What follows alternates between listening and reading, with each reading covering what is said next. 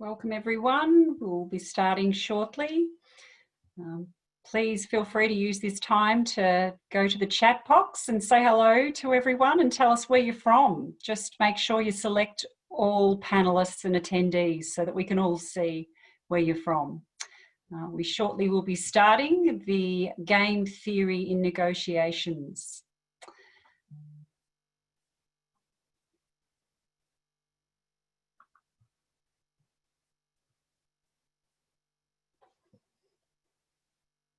Welcome to the CIPS Victorian Branch webinar, Game Theory in Negotiations.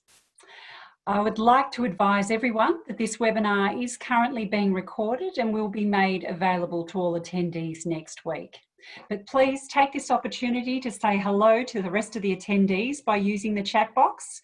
Make sure you direct it to all panellists and attendees. A warm welcome to you all. My name's Sharon Morris, General Manager for CIPS Australia and New Zealand. I would like to acknowledge the traditional custodians of the many lands on which we meet today. I'm sitting here and on the land belonging to the Wurundjeri Woi, Wurrung and Burrung peoples of the Kulin Nations. I would like to pay my respect to their elders, past, present and emerging. And also, I'd like to extend my respects to our friends and colleagues across the Tasman. Tēnā koukou, tēnā koukou, tēnā koukou katoa. For those of you who don't know us, we're the Chartered Institute of Procurement Supply, that's CIPS. And CIPS is a global professional body for procurement and supply professionals. We're your professional partner for life. We're here to support you through your professional journey. And with that support comes knowledge. And today's webinar is just one way that we're sharing knowledge. But CIPS has so many other avenues to provide information and content to keep you informed throughout your career. As a member of CIPS, you are a trusted professional. You've passed the highest procurement standards, code of ethics and code of conduct. And we're here to ensure you are successful and you are in demand. And research tells us that the letters MCIPS and FCIPS mean something to employers. And according to our latest CIPS Hayes survey guide, if you have those designated letters, you are more likely to earn more. But most importantly, CIPS is your gateway to connections. That's networking, being part of a procurement community. And now, more than ever before, we need to remain connected. So please join in the chat today, but also join us via LinkedIn groups and keep the conversation going. Welcome everyone to our webinar today, and I'm thrilled we have over 200 registered attendees. We're in for an absolute treat today. I'm really looking forward to hearing from academic Vivek Chaudhri, who has been brought to you by the CIPS Victorian Committee branch. And please make sure you have your questions ready because there'll be plenty of time for Q&A as well. But first, allow me to introduce you to another leading individual, the Vice Chair of the CIPS Victorian branch and our host and moderator for today's webinar, Ravi Koteka. For those who don't know, Ravi, like all members of the CIPS branch committee across the region, is a committed CIPS volunteer, and we really couldn't do without valuable volunteer committees, and we thank them for their contribution. Ravi, much thanks, and over to you. Thank you, Sharon, and a warm welcome to everyone who's joined us for this webinar today. As Sharon mentioned, I'm the Vice Chair and a committee member of the CIPS Victorian and Tassie branch, and I'm also the host and the moderator of this event for today's webinar. Let's begin with some housekeeping notices or rules. All attendees have been muted during the presentation. However, we do ask that you utilize the Q&A function chat box to write any comments you may have or would you like to share with the panelists. If you have a specific question you may wish to address directly to any one of our panelists, then please enter them into the Q&A box and we'll attend to your questions directly at the end during the audience Q&A session. Once again, thank you all for joining us today on the topic of game theory in negotiation. to be presented by Professor Vivek Chaudhri, Academic Director, Executive MBA Programs from the University of Melbourne Business School. Supply chain and procurement professionals have long known the importance of effective negotiations. The last 6 months, especially amid bushfires, pandemics, and everything else going around, have disrupted our organizations locally and globally. The importance of negotiation with relevant suppliers and stakeholders has risen to the top of the executive agenda. Now, more than ever, I think it is critical that we are able to negotiate cordially without disrupting the businesses any further. So how do we plan and negotiate for the once in a lifetime events like pandemics? How do we negotiate and be in a win-win scenario for all and strike a balance between suppliers and us and stakeholders? So without further ado, I'm going to introduce you to our presenter for today, Mr. Vivek Chaudhri. So Vivek is the Academic Director of Executive MBA Programs at the Melbourne Business School. His areas of research interest include negotiation, business strategy, innovation, finance and policy design. He has worked extensively with the Victorian and the federal governments on the design of auction formats and market methods in a number of different policy realms.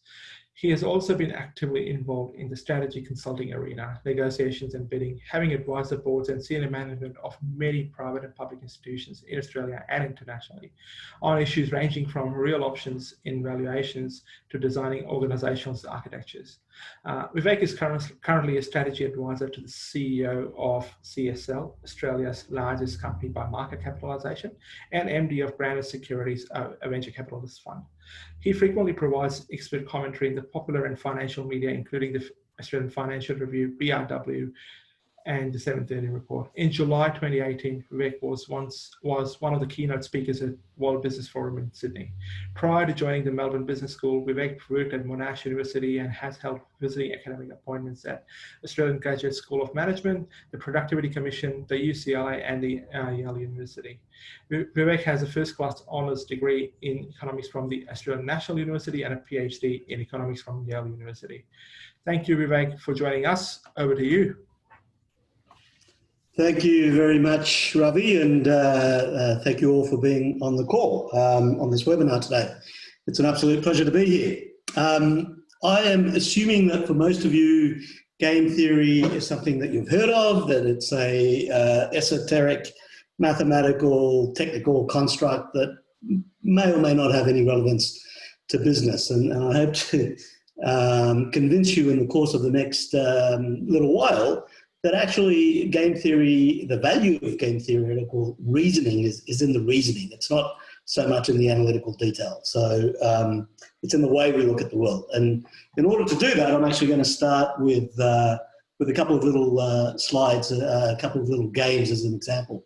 So next slide, please. So the first game, and if we were doing this in person, if we were in a different time, I would actually ask someone in the group to guess a number that I've picked between 0 and 100.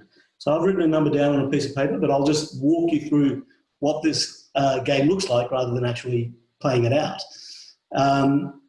For most people, if I told you that I'll pick the number between 0 and 100, and you get to guess what it is, and I'll tell you if the number I've picked is higher or lower, and then you guess again, and I'll tell you if it's higher or lower, and then you guess again. And if you get it on the first guess, I'll give you $30, second guess, I'll give you $20, so forth. For most people, the quickest way of getting to the answer of the number I've guessed is to pick the midpoint between 0 and 100. So pick 50, and then if I say the number is lower, then you pick 25, and I say the number is lower, you pick the midpoint again. And I've played that game hundreds of times with executives around the world, and almost always that's the way it plays out. What I tend to do is pick a number like either 1 or 99 or 51 or 49. And the reason I do that is because what that will do is maximize the distance between your guesses. So the quickest way to get to the answer of this little game that I've illustrated is to actually pick the midpoint, then the midpoint, then the midpoint. That's the engineering solution. But in most things in life, and this is the game theoretic lens, in most things in life, you're not playing against a machine, you're not finding just an engineering solution, you're playing against other people, and they have their own objectives and incentives. And so what game theory is about is recognizing that there is a strategic interdependence in most things in life. So if I pick a number like 1, then it's very unlikely that within 5 guesses you're going to get to 1, unless you've seen this game before. And so my objective is not to part with money. And recognizing that you're likely to take an engineering approach to the problem, I set it up this way. So again, the point here is that in most things in life, you're dealing with a world of strategic interdependence. Your payoffs, whatever it is you care about, profits, shareholder value, whatever the metric may be, depends on not just what you do, but what a whole bunch of other people do in response to what you do. All game theory is really a way of classifying that strategic interdependence. If I do this, what might someone else do in response to it? And how do I analyze that in a way that then enables me to think about the best possible actions on my part? So game theory at its heart is really about understanding strategic interdependence. And the reason why game theorists think they have something to say about everything is because there's no aspect of life or business that doesn't happen in relation to others, whether it's our customers or our suppliers or competitors or regulators, or there's a range of other people that we need to be thinking about. And game theory is a way of trying to put frameworks around that thought process. Next slide, please. So very quickly on this slide, another little example. So if we have all of the pictures come up, thank you. In the 1912 election, Roosevelt decided to contest that election and recontest that election. The night before he was due to do a campaign speech, the campaign manager realised that they had a problem on their hands. They printed 3 million copies of the campaign speech on one side and a photograph of Roosevelt on the other side. But no one had thought to ask the photographer for copyright permission. And copyright law at the time entitled the photographer to $1 a print. Now, $3 million in 1912 dollar terms is about $60 million today. And that's a lot of money for any campaign. So the problem the campaign manager had and the campaign had was that the night before their candidate was about to go on the hustings, they had these 3 million flyers and hadn't got permission. Question is, what do you do about it? And there's a range of things they could have done. They could have shelved the 3 million copies. They could have rung up the photographer and negotiated with the photographer in a range of different ways.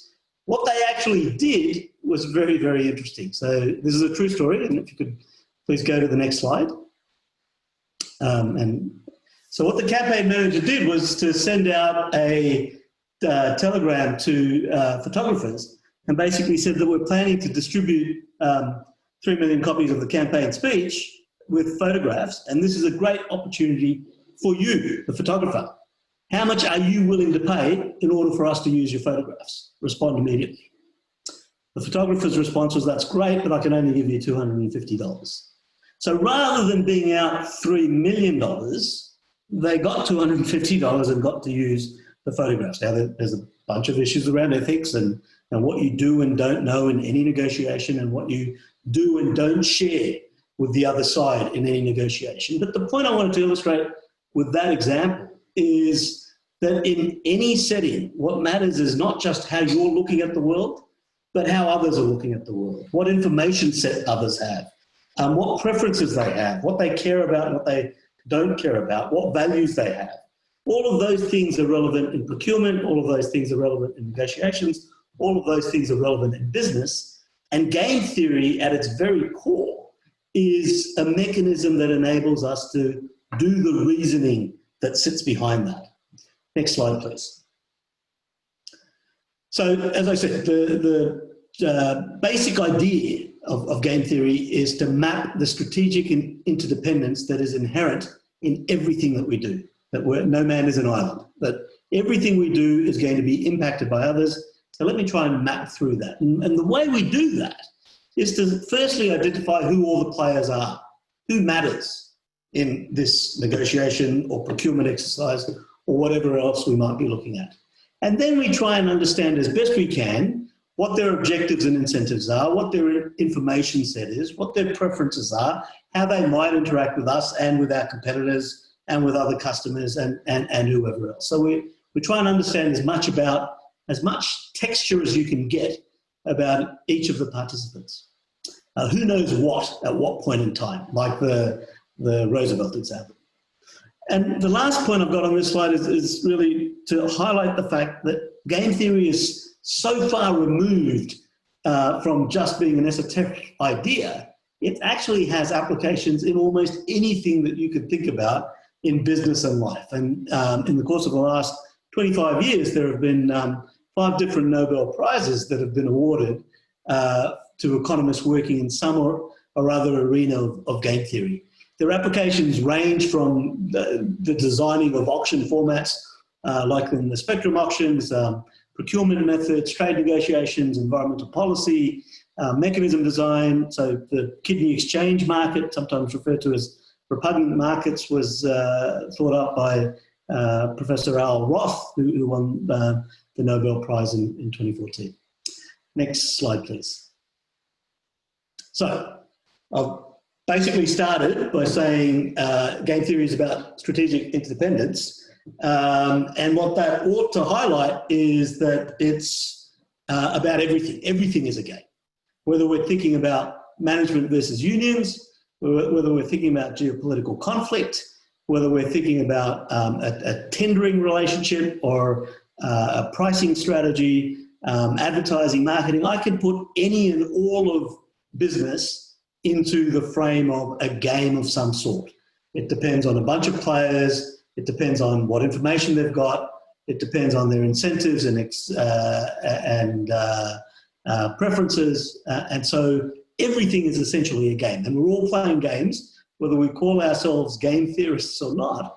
We all play games in our professional lives and our day-to-day lives in the way that I've described a game. So our interaction with our families and our friends has all of those elements of strategic interdependence.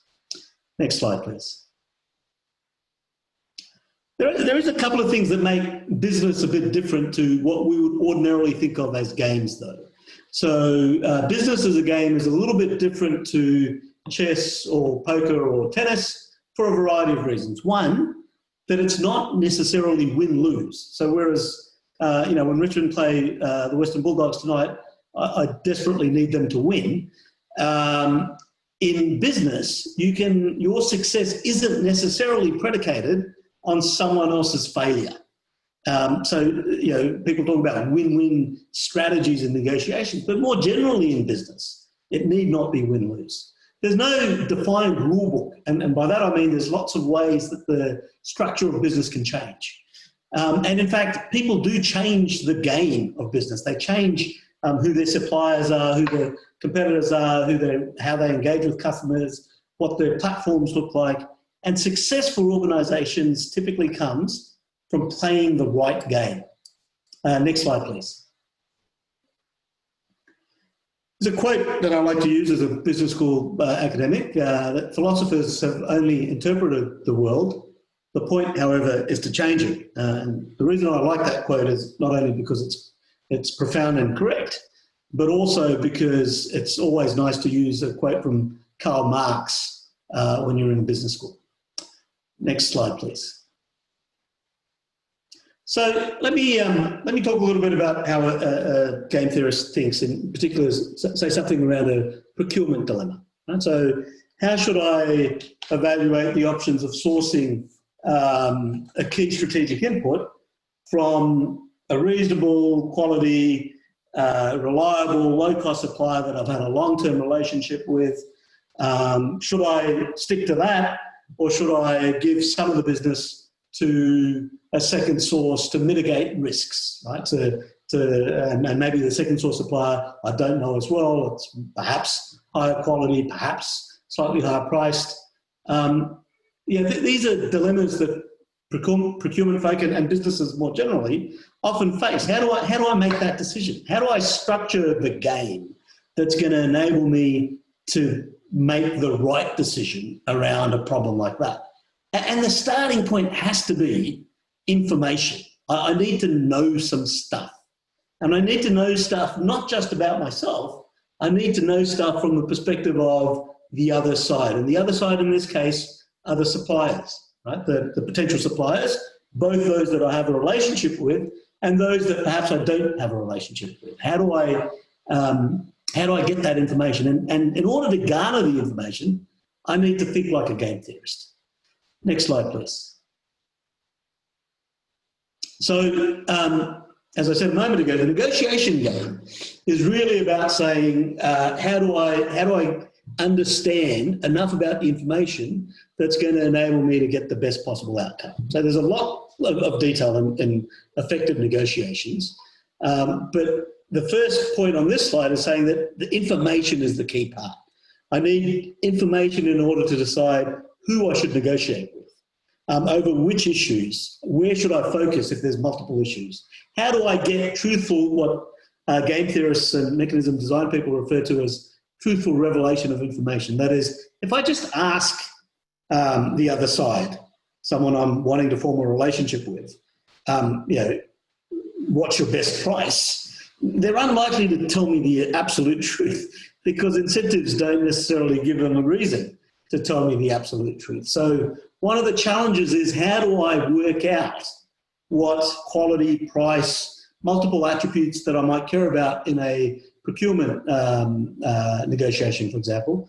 How do I work out what the value of those attributes are for different providers if I don't actually know how to solicit the information correctly?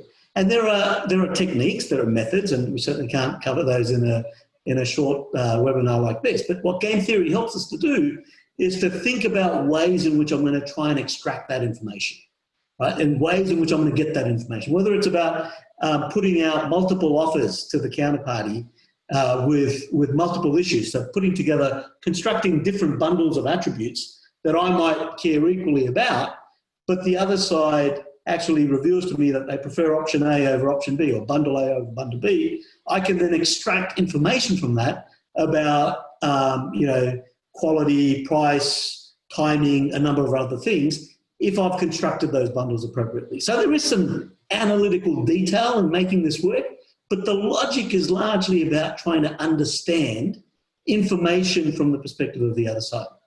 Now, in most negotiation courses and negotiations that I'm involved in, both as an educator and as a consultant, there's also a bunch of things around influence and persuasion. How do I convince the other side to do what I want them to do? How do I take into account not just what they care about, but what I'm referring to as perception, so what they might be seeing, right? So information isn't just about what people know. I also have to understand what people feel or think, or what lenses they're putting to certain problems, because they may be seeing things differently to how I see them. And again, this is all game theory, right? This is all about understanding the other side.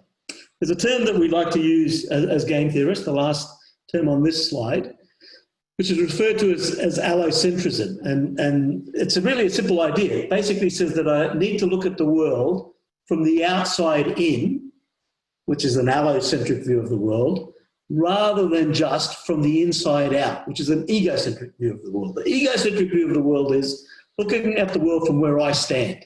That's the inside out. And most negotiations, when people talk about acronyms like BATNA in negotiations, your best alternative to a negotiated agreement, is saying, what's in it for me without you, right? That's an egocentric view of the world. What can I do without you?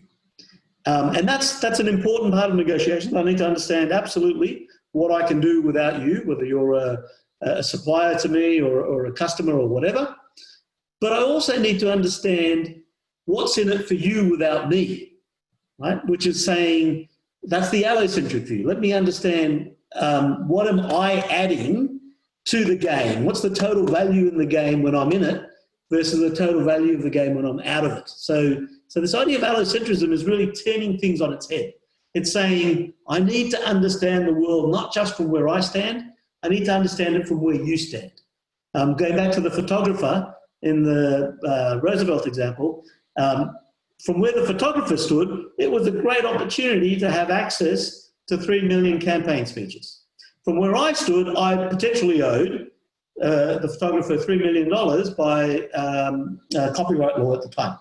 So understanding the world both from your own perspective and the perspective of the other players is kind of the essence of game theory, that I have to try and find ways to understand how the world looks from where someone else stands. And just asking them is unlikely in most contexts to give me enough nuance, enough detail. So I have to be strategic and creative, and sometimes there's some analytical detail on how I do it, but I need to be thinking about how I'm going to do that.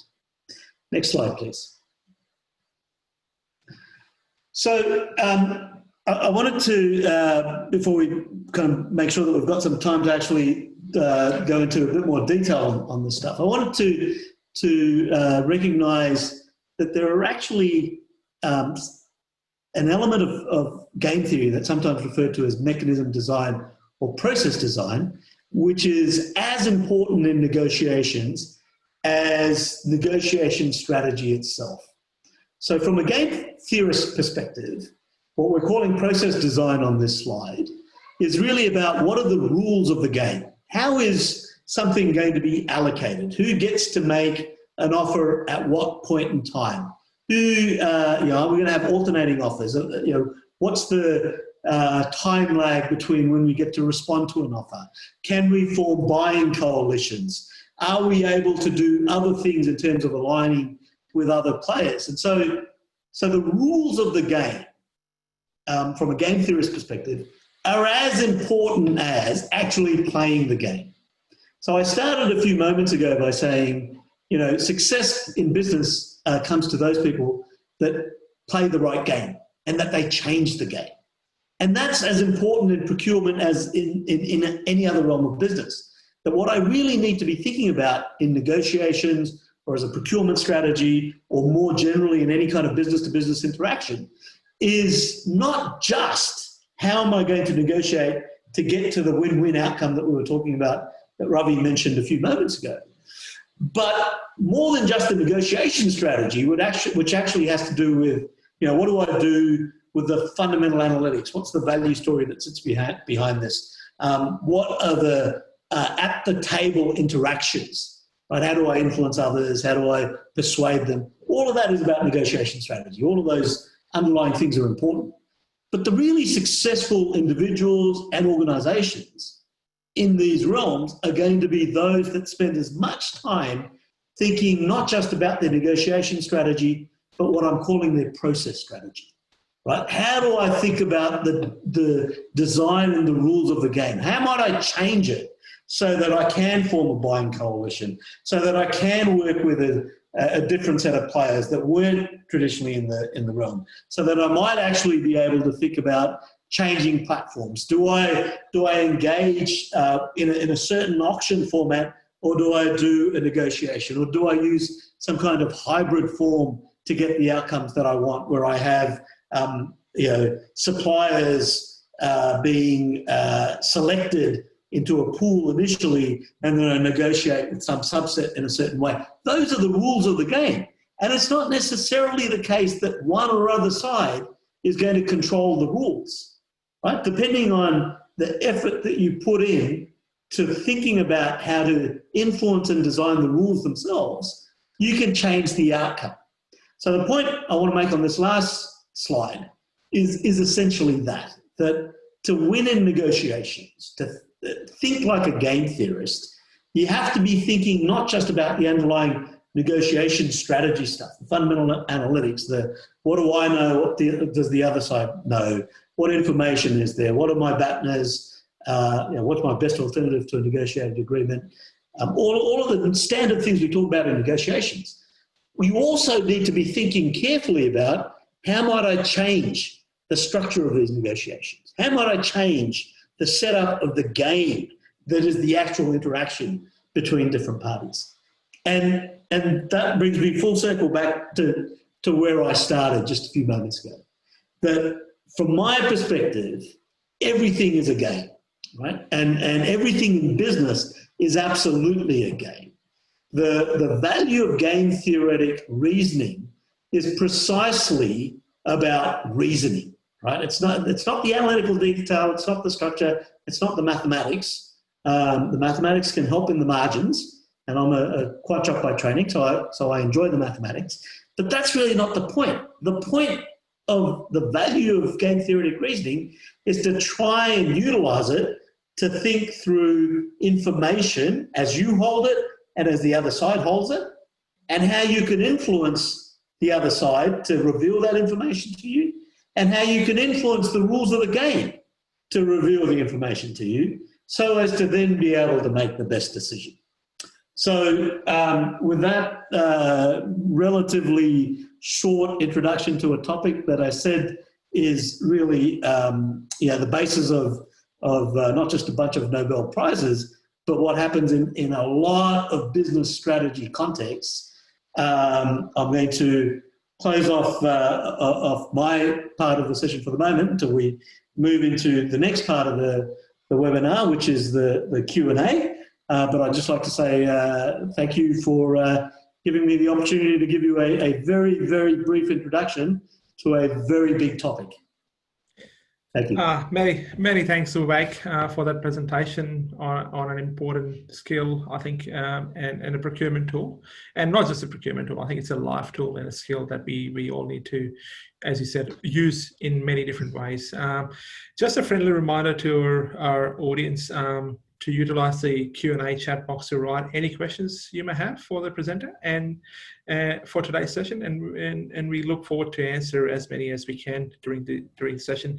The first one I've got, Vivek, for you is around the word game has such a negative connotation. How do we counter that, and how do we not label that, sort of thing?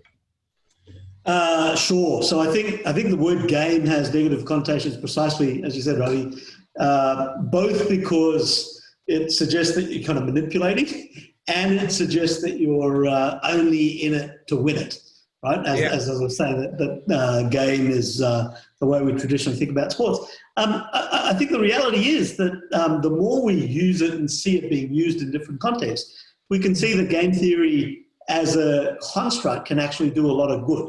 So I was saying a few moments ago that the kidney exchanges that take place around the world now, but particularly in the US, have come off the back of this mechanism design, process design ideas of game theory. That how do we allow markets to take place in what are sometimes referred to as repugnant markets? We don't want a price for kidneys, but we want to be able to match people with kidneys. So I think you're right. Words matter.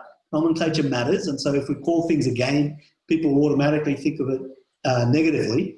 I think the more that we see that there are positive outcomes associated with thinking in this way, the more that mitigates some of that risk. I guess the other point is to basically just talk about strategic interdependence. We don't have to label it game theory, right? So we don't have to call it a game. I started by saying everything is strategic interdependence. No, that's a very, very thoughtful insight, I guess, for all of us. The other one I have got from Luca Brown is around how does the power dynamic in this negotiation affect the game theory? And obviously both parties tend to be deemed to be more powerful than the other individually in their own way.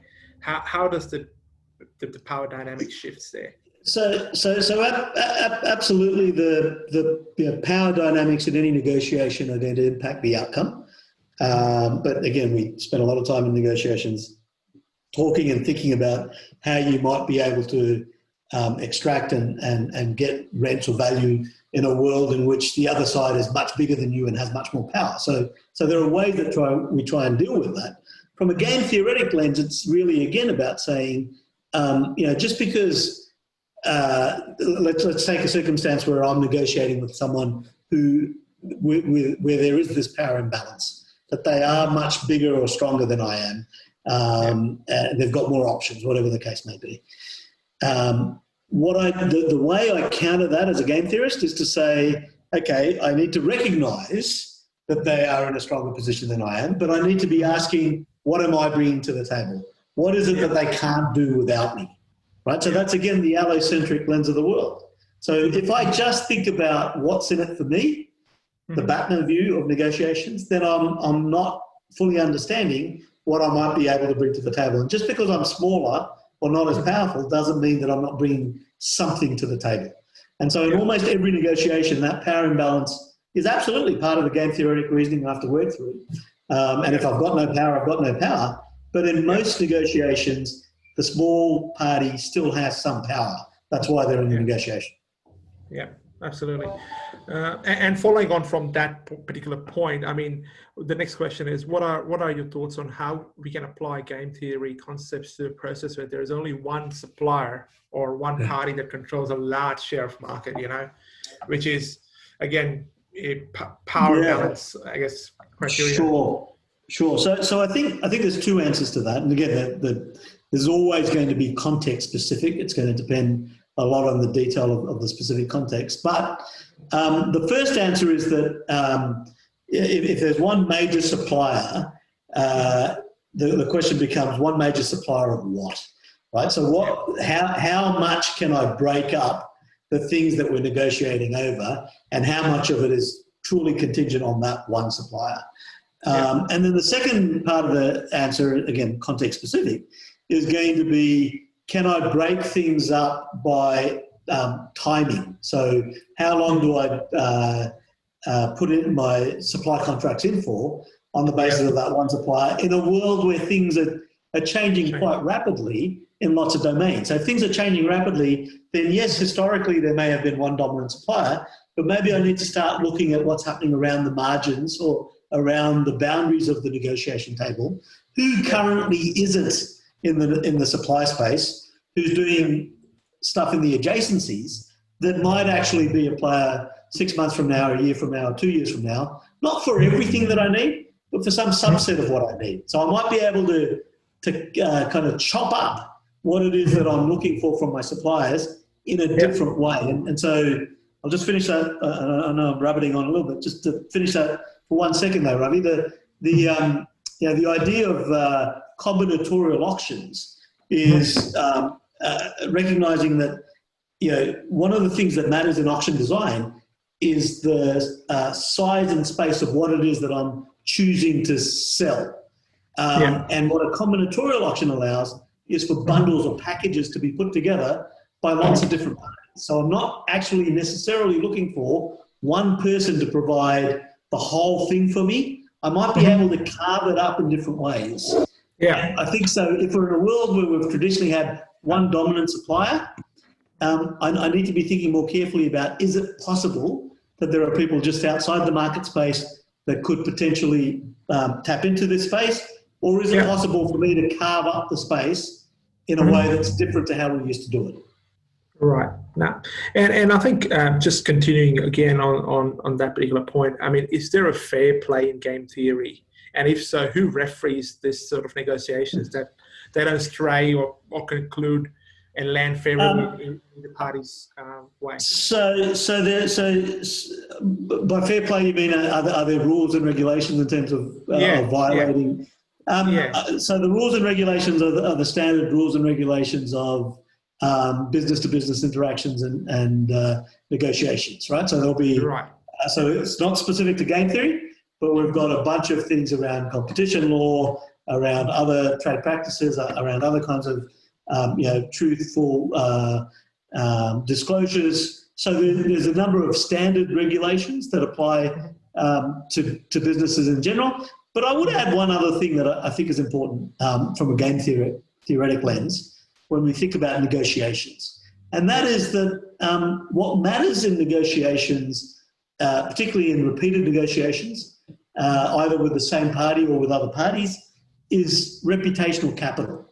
So if I screw you over and people find out that I'm dishonest or that I've been unfair or I've done things underhandedly or I didn't reveal explicit information that was not fair, then that may not hurt me on this negotiation, but it'll hurt me in future negotiations, right? So I think reputational capital in business is very important.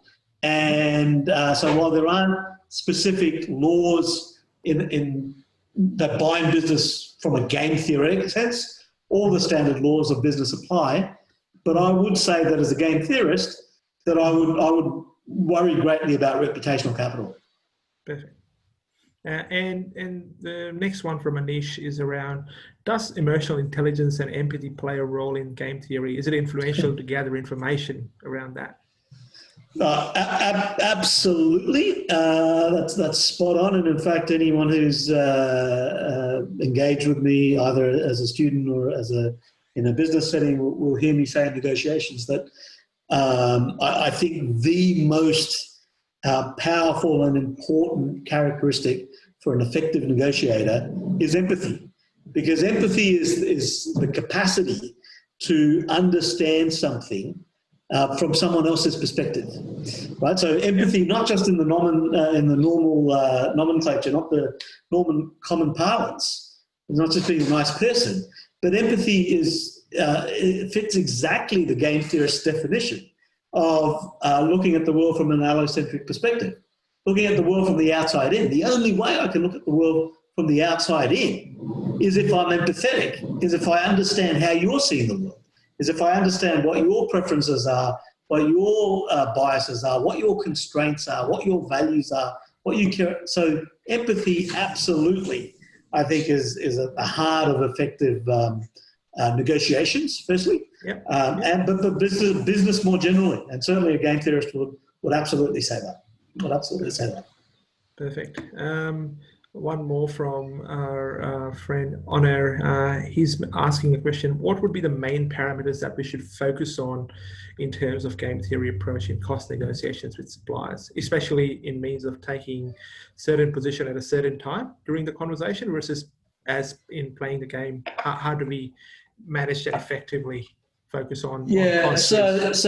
So again, I think it's hard to answer any of that without the specific context, because this question of timing is absolutely an important aspect of effective negotiation. So the decision that one has to make is basically a revealing of cost information or whatever else versus the extraction of information from the other side. So typically when game theorists think about negotiations, or more generally about mechanism design, what I was calling process design, they're worried about two broad themes. One, they're worried about what I call truthful revelation of information.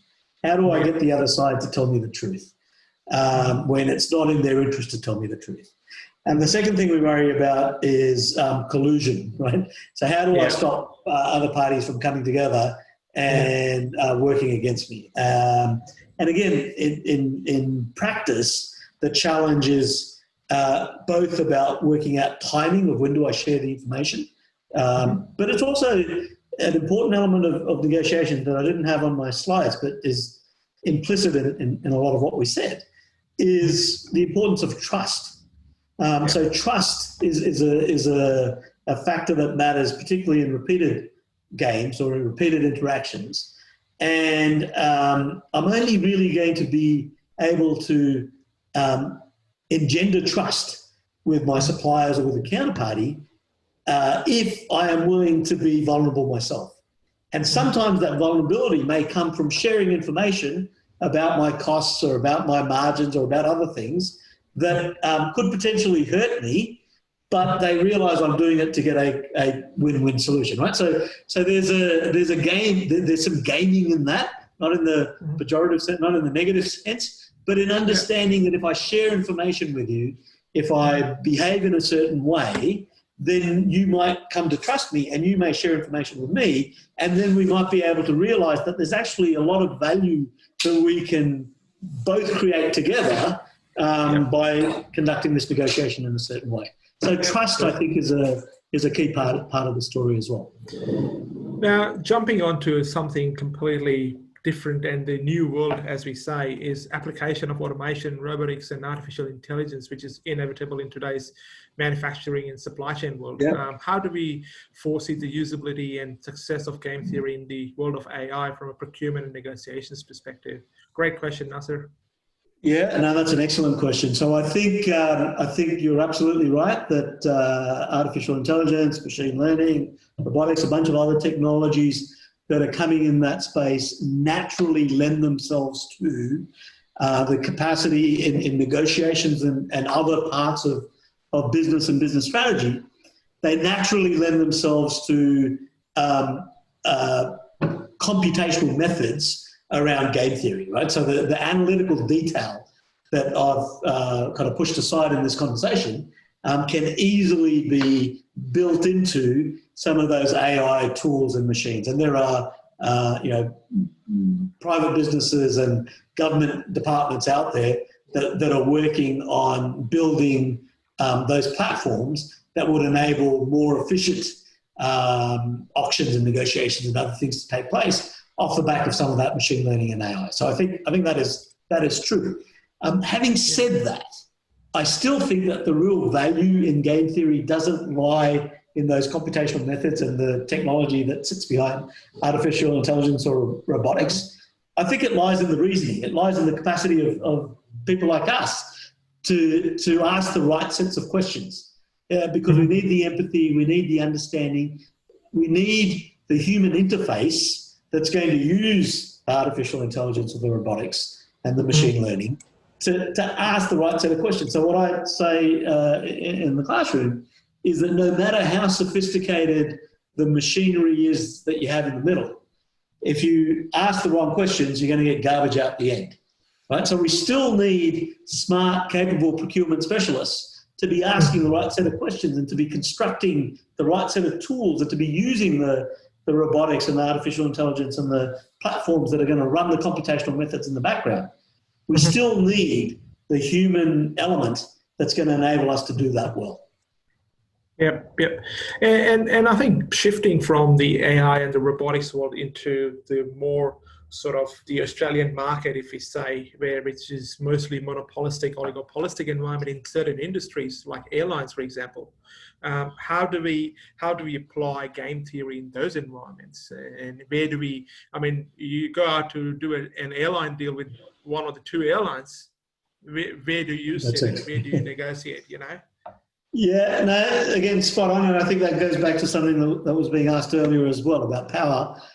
So yes, in the Australian context, we absolutely do have oligopolistic markets. When I was a graduate student many years ago at Yale, my PhD supervisor said to me, "Vivek, you come from Australia, land of sheep and duopolies," which was true back then, and sadly is still true for a number of our sectors and industries. From a game theorist perspective, what that means, though, in negotiations and procurement is I've got to be trying to find ways to break the parcel up as best I can. So yes, I've only got one airline that I can negotiate with, or two, or whatever it may be, but people care about lots of different elements of what you're negotiating over.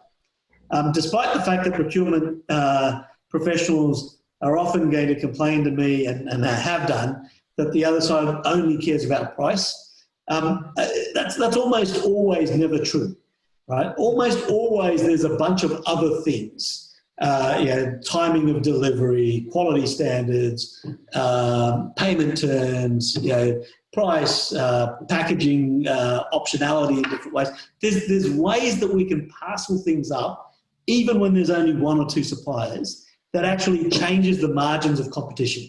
And that's where game theorists try and think about how do we harness competition to get the best possible outcomes when you're living in duopolistic or oligopolistic markets. There's limited competition. So if you just think about the whole thing, you're not going to have much competition. But if you can break it up, you can get package bidding of different sorts, you might be able to get small players that can deliver part of it, big players doing other things. So that's how we think about it. Yeah. And just tackling onto that, like in a situation like a monopolistic, oligopolistic environment, situations would always come up that one party would walk away from the negotiation. And how do we bring them back on the table without giving significant concessions to them? And how do we use game theory as part of that negotiation process again? Yeah, again, I'm at the risk of sounding like it's very hard to answer many of these questions without being context specific. I would again say that the challenge is always in trying to understand as best you can both what you're bringing to the other party and what they're bringing to you. right? So what you're bringing to the other party is that allocentric lens.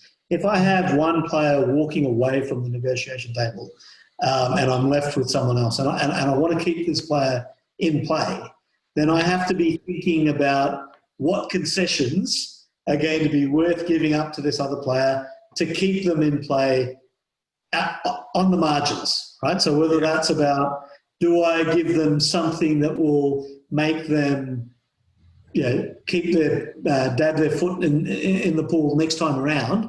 So do I give them just enough?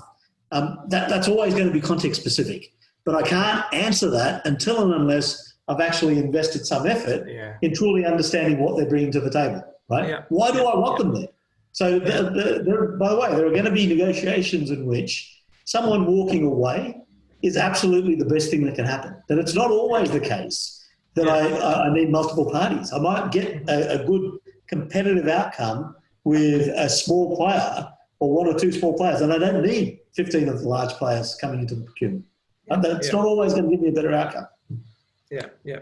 And that brings us to the next question by Barney, which is around the dilemma of choosing competition and versus collaboration, and based on the balance of power, where do we draw the line in that sort of situation? So again, a great question and a huge challenge in negotiations in general. And in fact, one of the things that's sometimes referred to as the negotiator's dilemma, a la the innovator's dilemma, but the negotiator's dilemma is precisely that. The dilemma is that I need to cooperate with the counterparty in order to create value, in order to find what it is that I can give them and they can give me, and in multiple attributes. How do we create the pie that we're then going to divide up? But the more information I share with you, the more you can screw me over in the division of value part of the negotiation. Right? So the competition and cooperation pieces are a part of the negotiator's dilemma. I need to cooperate with you in order to create value, but I don't want to cooperate with you too much, because if I do, then you're going to compete all that value away from me when we're dividing it up. And so how do I get that balance? That balance is always going to be about understanding information sets. So I banged home the point that in negotiations, and I would say in business more generally, information is where the big players are. Who knows what when, right? As much as negotiating workshops and strategy, we talk a lot about how do I influence the other side, and how am I going to be thinking about who's at the negotiating table and those kinds of issues. Information sits behind all of that, and that's where the big play is. So I've got to find ways to get the information. And that leads us into the last question, I guess, is around how do we, could you take us through the Dove versus the Hawke approach to game theory? How do we balance that? A great question, Alexia, one of our committee members. Great. So the Dove and Hawke idea is really, once again, broadly, I mean, it's a specific game, and we can use a bunch of other specific games. The Prisoner's Dilemma game is probably the game that most people on the call have heard the most. But the Dove and Hawke analogy is really about whether you're going to approach, depending on the payoffs. So one of the things that I was saying earlier about game theory is that game theory tries to understand who the players are, what the information set is, and what the payoffs are. That is, what does each party get based on different strategies and actions, right? And there's a distinction between a strategy and an action.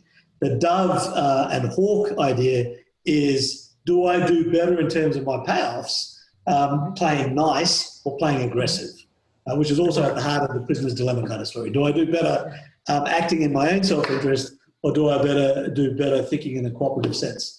And again, in practice, the answer is always going to depend on the way the specifics of the payoff matrix play out. So who's going to get what under what scenario? If I play action A and you play action Y, what's that worth? Versus if I play action B and you play action X, what's that worth? I need to know all of that before I can decide, should I play aggressive or should I play nice? And that's the Hawke kind of story. Yep, perfect. Now that leads us to the closing of the Q&A session. For those questions that were unanswered, we'll try and attend it after the webinar is over. I would like to thank everybody for the participation today from all our participants and attendees. Before we wrap up, any final comments from you, Vivek? Firstly, just thank you again. It was a pleasure to talk to you all. I hope I gave you a little bit of an insight into, as I said, a very big topic. I would just end by saying, whether we call it game theory or not, we all are game theorists. We all are engaged in a world of strategic interdependence. So let's just do a better job of trying to understand that. Thank you. Thank you. Thank you, Vivek.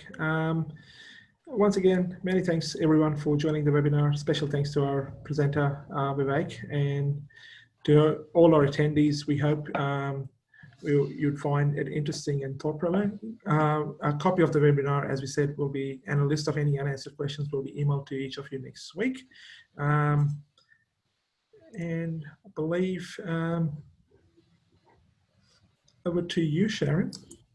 Thank you. Thanks, Ravi. And thank you, Vivek. What a fantastic presentation, such an insight. And I personally love the allocentrism lens, outside in, and that further concept of what's in it for me without you. Love it.